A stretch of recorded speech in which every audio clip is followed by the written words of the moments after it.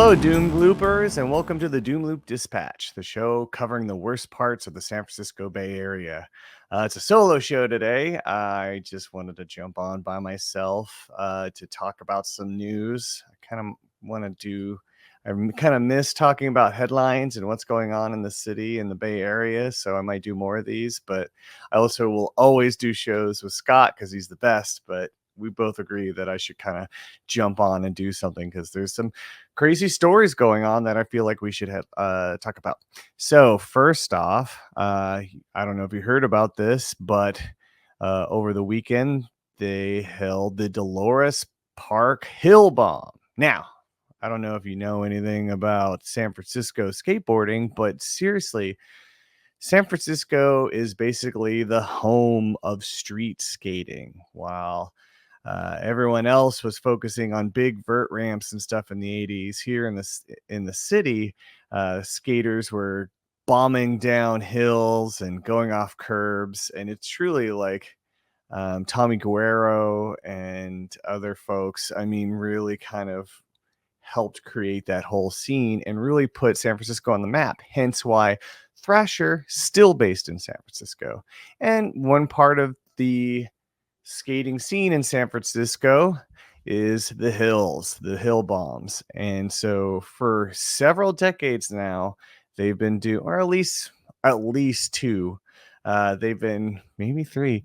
They've been having the San Francisco Hill Bomb on by Dolores Park. So it's basically everyone just going down this massive, scary hill, and it's pretty fun. It brings out crowds. Everyone's going for it. People get hurt. Somebody died in 2020. Jake Phelps, the former editor or editor in chief of Thrasher, actually had a big fall in like 2015. Sorry, excuse me, I might be wrong on the date, but still around there. And it actually was kind of led to his death. Apparently, because he he hurt so bad and he didn't want to wear a helmet. But anyways, it's still fun. It still brings people out. Until last year, when they held the hill bomb, the cops came out in force, unlike anything ever before, and they ended up arresting 113 people. Now, if you take the cop side, which you should never do, or at least most of the time never do, they they say it was because the kids were rioting and hurt and destroying buses and stuff. But guess what? That actually happened after the cops started trying to stop the hill bomb and started arresting people. People lost their shit with good reason. They didn't understand what's going on. They were even arresting bystanders, people just watching, and it's all kids too. Let's be clear about that. They were arresting teens and putting them away in jail for hours. Parents talked about how they had to wait until the early morning the next day to get their kids out of jail. So there's a big lawsuit after that, but it was basically the revenge of new San Francisco. You saw then all the people complaining about it were all the techies and people like it's in Raphael Mandelman's Raphael Mandelman's district, and apparently he's the one that pushed the cops to go and arrest everybody. And why is that? Why he's been there for a bit. It's never been an issue before. Well, turns out that Gary Tan, our buddy from Y Combinator and Mr. Kingmaker or wannabe Kingmaker in San Francisco, he bought a property there, an old church that he now uses for talks. Like he'll host talks with people like serious jerks like Peter Thiel. Like he just had an event recently called Holy Guacamole, where he had Peter Thiel come and talk about being Catholic and involvement in politics and stuff. Just awful, especially when Peter Thiel's politics are terrible.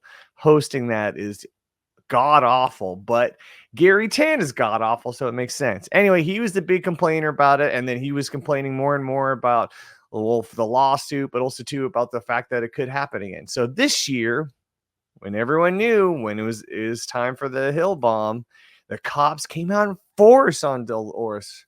They seriously barricaded it, cops posted everywhere. There was no way there was going to be a hill bomb.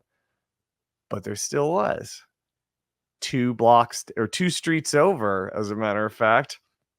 And guess what? The cops didn't do anything. As Guero told me one time, skateboarding's better when it was illegal, so there was no way they were gonna stop it. There was no way. They did try to ban skateboarding in San Francisco, and it did not last long, but that was in the mid '80s. So again, the tradition continues. San Francisco tries to ban skateboarding, and the skateboarders don't care and just continue to skate. We gotta love it. In other San Francisco news, the Chronicle just ran the story about how San Francisco's in trouble because it looks like they're not going to make the state required amount of new units built by 2031. Apparently, San Francisco needs to have 82,000 new units built by 2031 as part of SB or yeah, SB 423 passed by progressive, or I would actually say like, you know, moderate, aka right winger Scott Wiener. Yeah. For some reason, San Francisco has so many right wing gay people. It's not even funny, but especially in politics. And Scott Wiener is one of the big ones, just one of the worst people. It's like one time Fox News questioned him and he was snotty to them, and somehow he's like been riding that to being a leftist forever when he's truly not. And SB 423 is a good example of this. This does not benefit anyone. These new units, these new buildings, barely anyone's moving into them. They're all empty. There was already 61,000 open units by 2017, and yet they're still pushing, saying, "Oh no, we need more." Ridiculous. And so they passed this stupid state law that really only benefits developers and the hedge funds or equity funds, or just all the investors into the developing companies. And actually, honestly, it's being reported now that a lot of what's going on is kind of money laundering. Basically, it's all foreign investors that are looking to buy these things because they want to find places to sink their money, or at least get it out of their own countries so the governments don't try to grab it there. So they're sending it to America. And the fund, so many funds are now getting into development. Hedge funds are literally paying for the new developments in Berkeley and stuff, and they're the ones pushing for buildings in San Francisco as well. And so Chronicle writes this story. We're not gonna make the needed amount of units. What are we gonna do? It could be a disaster. When the issue is not the city, and that's what they try to blame it on. Oh, it's so hard to pass or to get permits. It's so hard to build in San Francisco. No, actually, developers aren't applying for permits. They don't want to build. Why is that? Even though rents are sky high in the city, developers want them to be higher. It's stupid. Especially, it's like removing zoning, upzoning, and everything else can only get you so far. It's just, and if you think a market is there, build. If it's not there, you don't build. So that means there's no market there. There's no reason to build, so don't worry about it. Why do we need to have these fake things? Well, again, it's because they just want options. There's all the lies about density and being good for the environment and that kind of crap, which is is not true.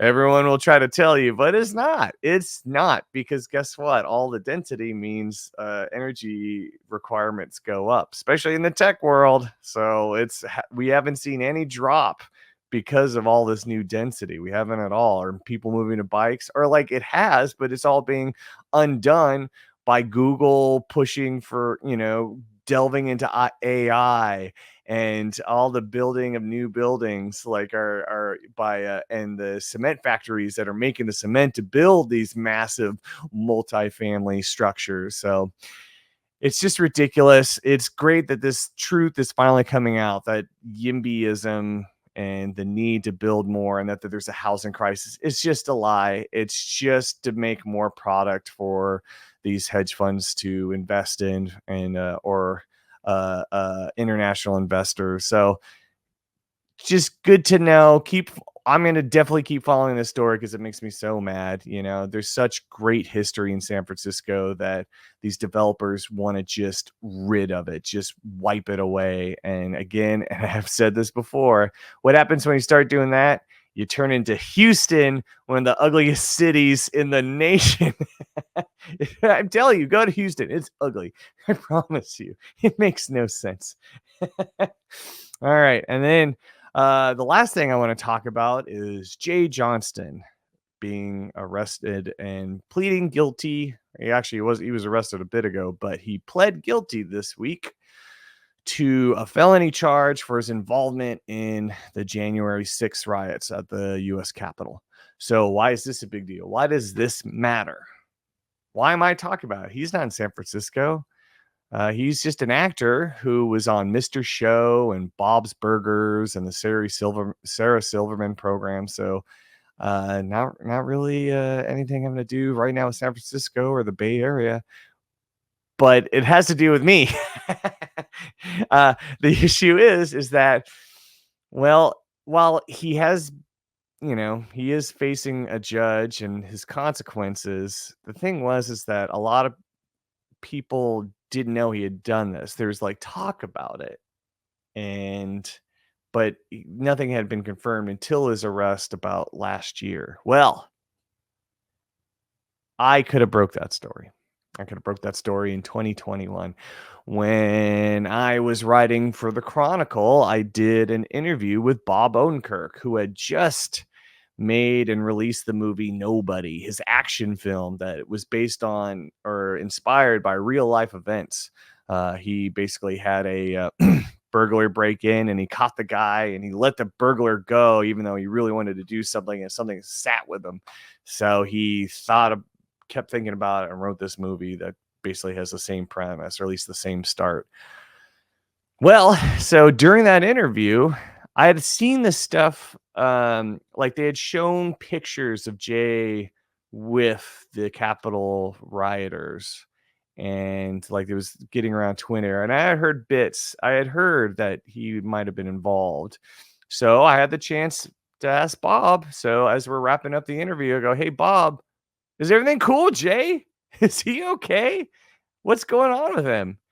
And he went on to basically talk about how he and the Mr. Show crew and all his friends have given up on Jay because he went so far to the right and became a Trumpian, a Trumpster, a Trump supporter. And like, it made no sense to them. He said it made no sense. So he said they literally had like a funeral of sorts, like where they all came together to kind of, get over this. Actually, I'll play this clip now. So I got to wrap up, but I have just one last question.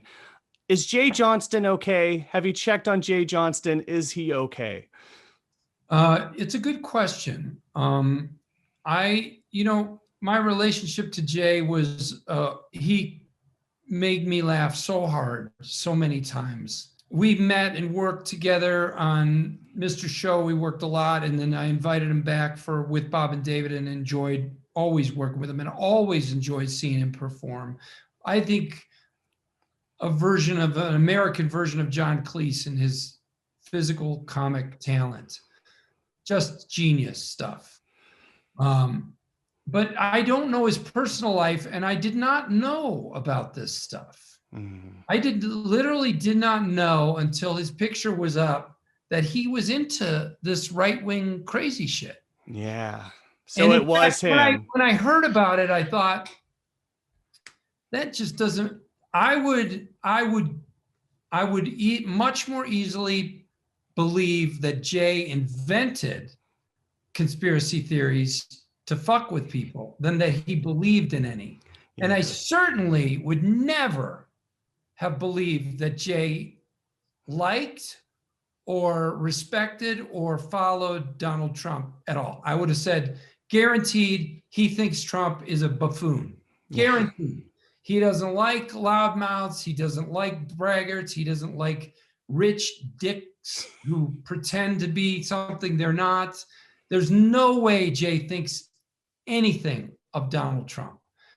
So I'm just stunned, shocked, and saddened, deeply saddened that he went down this hole of conspiracy and twisted thinking. And I have no explanation for it. And I have not talked to him, and I don't know where he is. And what he did participating in that was an abomination. Yeah. If I could, I'd give you a hug right now. Yeah. Me a hug. Yeah, I don't know. I'm so Thank sorry, you. man. Yeah, I mean, seriously. Yeah. I mean, one of our friends, we were all talking about this, said it almost feels like a suicide. Like a person, killed themselves. They killed who they were to you and to everybody, or you know what I mean? They killed their identity. So now I'm like, oh my God, this is breaking. This is a big story. This is something we should care about.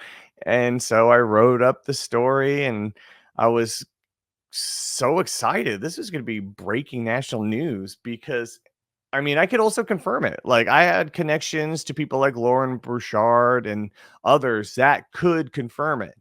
And so I wrote it up and I said, we got to do this. Well, my editor at the Chronicle at the date book said, no way. No, we can't. No. And she said it was Maricar Mendoza. And she said she talked to the lawyers and they're like, no way. There's no way you can prove that. And it's like, do you know what journalism is? Do you know what journalism does? Like, this is the kind of thing where you get some kind of tip and you turn it into a full story. That's what we should have done. That is what journalism is. And they refuse to run it. They refuse to run the interview. They refuse to run any sign that I asked this question, which kills me. That's not journalism. It was basically hiding the story. It's something that, like, Trump would have paid the National Enquirer to hide. That's that kind of level of anti-journalism, of not doing the right thing. And this is kind of around the time when I was really getting ready to leave the Chronicle, or at least stop writing for them, because I was sick of this kind of stuff. There was also the shooting down the Jill Biafra interview because they didn't want to fact check about a bar in the Castro being attacked by cops during the White Night riots, which is a fact, which could have easily been checked, and they didn't. And then on top of that, there's also the Heather Knight stuff. And once it came out that she was keeping information away too to make her hit pieces stronger, I was done, because she should have been punished for that. That's not journalism. That's propaganda. That's hit pieces. And they basically supported it anyways. Now she's at the New York Times. So it just says so much. But yeah, so I could have broken this story years ago, and now it's finally out. It's finally proven. And basically the Chronicle failed to follow its mission, or at least what I thought its mission is. Now, I guess it's not its mission anymore. It's just take down any progressive politician, like Emily Hoven's going after, like Aaron Peskin, even though, God, geez, I have to say, compared to Heather Knight, she's terrible. She's really not good. She when at least Heather Knight could write and actually you would talk to people like, yeah, this is a good hit piece, man. I really hate Allison Collins now. There's no way she's going to survive. I'm not seeing Emily Hoven do that at all. Her stuff is terrible. But yeah, it's just, again, people, don't read the Chronicle. Don't support it unless it's, Saleha Ho or Justin Phillips or some kind of well-investigated story. Because beyond that, it's just propaganda. Anyone who signs up for it is not a journalist. Well, let's end this rant. I appreciate you guys for checking in and staying in touch. We hopefully have another episode this week. I have an amazing guest hopefully lined up. He's busy. hoping we can tag him down. He's going to be a great interview, and this is going to be a really good time to talk to him as well. But please keep supporting us. That means follow me on Twitter, follow me on or follow Doomloop Dispatch on Twitter, follow Doomloop Dispatch on Instagram, subscribe and like us on YouTube, and please sign up for a Patreon so I can make all this labor worth it somehow, or at least have it pay for itself in some way. I think I might start doing TikToks. We'll see. Anyways, have a great week. And keep fighting the good fight.